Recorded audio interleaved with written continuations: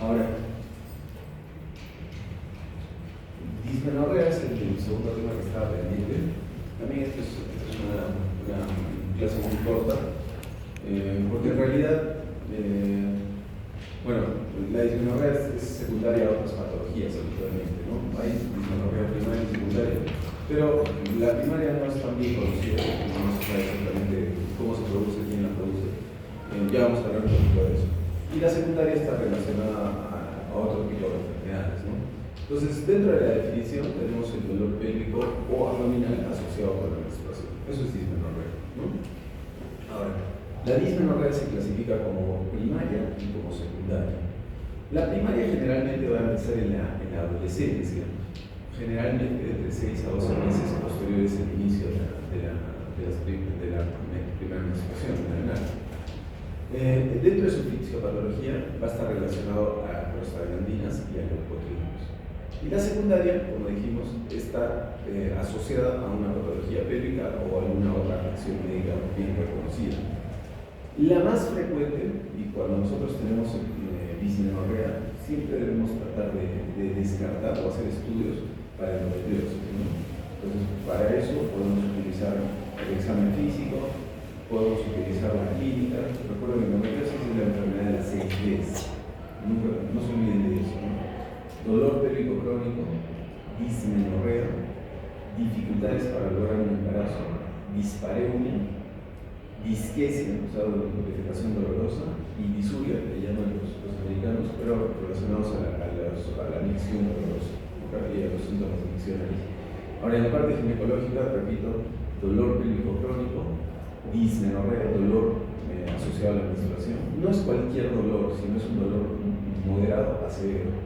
Si nosotros usáramos una escala visual o analógica o una escala numérica del dolor, la paciente probablemente nos referiría a un dolor por encima del 7 sobre 10, ¿no? Entonces va a ser un dolor severo. Dolor pélvico crónico, dismenorrea, dispareunia, o sea, dolor por la actividad sexual, generalmente dispareunia profunda y severa y asociada obviamente a alteraciones entéricas rectovaginal o a endometriosis del cuello del útero, ¿no?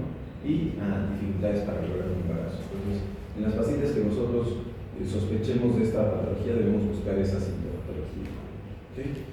Pero también otra causa muy frecuente de dismenorrea es esto, ¿no? Es las anomalías mullerianas congénitas obstructivas, ¿no?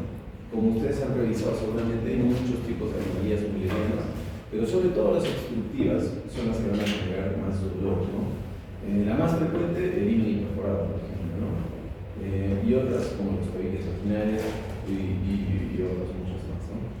Esto es importante. Algo muy frecuente también que se ve en la actualidad son los cuadros de estenosis cervical posteriores a procesos infecciosos o de repente a algún tipo de instrumentación ginecológica, por ejemplo, hacer un legrado uterino, hacer un corolín, hacer una histeroscopía, en algunos casos hacer un legrado uterino, en algunos casos van a producir una estenosis cervical y con eso se va a producir una pequeña sinequia en el cuello del útero o el canal endocervical. El contenido de la menstruación no va a salir y la paciente va a tener una menstruación retrógrada y con eso dolor pélvico asociado obviamente a la menstruación, ¿no? O también lo podemos sospechar en las mujeres que tienen una menstruación muy larga, ¿no? Mujeres que dicen, doctor, desde que me hicieron un legrado, pues, a partir de ese momento de adelante mi menstruación ya no eran 5 días, sino 9 días o 10 días. ¿Qué pasa? Si no sabe el cuello, la sangre sale de a poquitos y la paciente tiene mucho dolor, ¿no? También la presencia de quistes ováricos puede generar dolor, pólipos endometriales, la presencia de miomas, sobre todo miomas pulposos. No olviden, dentro de endometriosis estaría la adenomiosis también, ¿no? O sea, como el compromiso endometriósico de la pared miometrial, la enfermedad pélvica inflamatoria y las adherencias pélvicas también, ¿no? Dismenorrea no es lo mismo que el dolor pélvico crónico, ¿no? Ya dijimos que el dismenorrea es el dolor asociado a la menstruación. En cambio, el dolor pélvico crónico es un dolor en la zona pélvica que dura 6 meses o más, que puede ser constante, puede ser intermitente, puede ser cíclico o acíclico, ¿no? O sea, generalmente en eso es la diferencia. Ahora, dentro de la evaluación se reconoce que hay, por lo general, hay un retraso en la evaluación, en el diagnóstico y en el tratamiento, sobre todo en mujeres adolescentes. Y Y esto es porque hay mayor falta de acceso a la atención, porque hay dificultades a veces con la cobertura de seguros y con una percepción de falta de conocimiento, tiempo o a veces intereses médicos. Es decir, viene la paciente a consulta y nos dice: doctor, mi hijita tiene dolor, y nosotros le decimos: no, es normal, no es tan normal, ¿no? O sea, no debería ser considerado como algo normal. En la evaluación inicial de todos los pacientes que tienen dismenorrea se deben considerar varias cosas, ¿no? Siempre hacer una historia clínica extensa, o ver los antecedentes ginecológicos, la parte menstrual y los antecedentes familiares y psicosociales, ¿no? Y la idea es tratar de ver si es una dismenorrea primaria o una dismenorrea secundaria desde la clínica. Si nosotros sospechamos de dismenorrea primaria, digamos una adolescente que ha empezado con dolor 6 o 8 meses después de haber iniciado sus menstruaciones, probablemente no necesitemos un examen médico porque no vamos a encontrar mayor patología, ¿no? Salvo excepciones donde nosotros sospechemos infecciones de transmisión sexual. En cambio, en dismenorrea secundaria sí debemos hacer examen médico, debemos hacer estudios para descartar la patología que pueda ser causante del dolor, ¿no? Y como ustedes ven, hay muchas cosas. Dentro del manejo, el manejo puede ser diferenciado si es que es primaria o secundaria, ¿no? Los antiinflamatorios no esteroideos, el manejo hormonal, terapias complementarias y alternativas, el tratamiento quirúrgico. Y la secundaria, obviamente, es todo lo anterior, más el manejo quirúrgico, ¿no? En algunos casos de endometriosis tenemos que hacer la laparoscopía, porque no hay una adecuada respuesta al tratamiento médico, o podemos hacer también el tratamiento para las anomalías meridianas obstructivas. Los AINES, siempre hay que utilizar el antiinflamatorio no esteroideo de menos a más, hay que ir de menos a más. Por lo general, con ibuprofeno la respuesta es bastante buena. Hay que empezar con una dosis de 800 miligramos y después utilizar una dosis de entre 400 a 800 cada 8 horas. Así nos recuerdan ustedes, el ibuprofeno es muy potente, incluso en casos de dismenorrea secundaria de endometriosis es bastante potente, ¿no? También podemos utilizar naproxeno, lo podemos utilizar a razón de 220 o 550 miligramos cada 12 horas.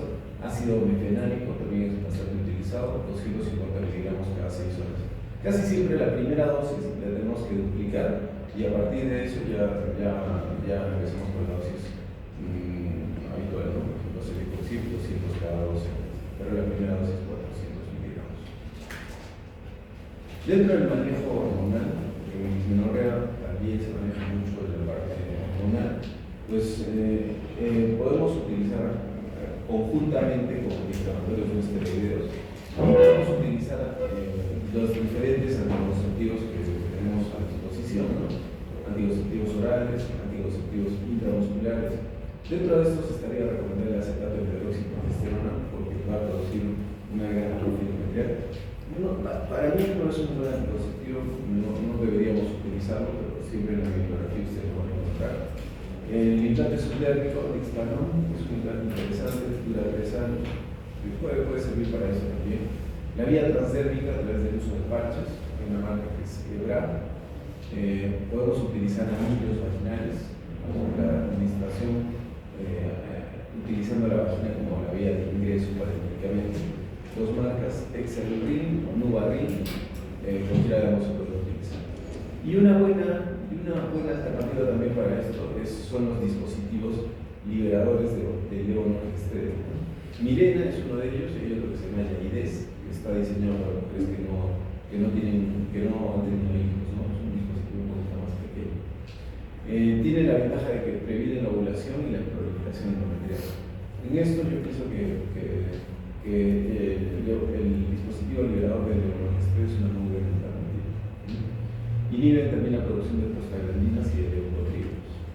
Los agonistas o los análogos de GnRH en general no son muy recomendados para esto. Como les dije, este tratamiento es un tratamiento que debe ser siempre corto, 3 a 6 meses, y que va a producir muchos síntomas adversos en el paciente. Hay muchas terapias que nosotros podemos utilizar, terapia de calor, ejercicios, suplementos dietéticos, intens, podemos usar acupuntura, algunas preparaciones a base de hierbas o yoga. Hay muchas cosas que podemos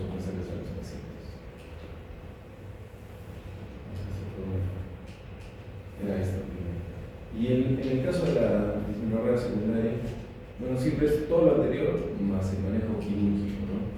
Ahora, en el tiempo se han optado por diferentes opciones de manejo quirúrgico, ¿no? Una de esas, por ejemplo, la ablación del nervio uterino o la neurectomía presa. En la actualidad eso ha perdido mucha vigencia. En el manejo quirúrgico, los procedimientos a veces son definitivos e irreversibles, ¿no? Y obviamente no pueden ser considerados en adolescentes, hay que buscar otras alternativas de manejo. Y bueno, este es cómo nosotros podemos un programa de diagnóstico y manejo para ver cómo nosotros podemos manejar, sobre todo en los adolescentes. Ahí lo vamos a ver para que lo puedan realizar. ¿Okay? Seguimos con eso. No sé qué pasó con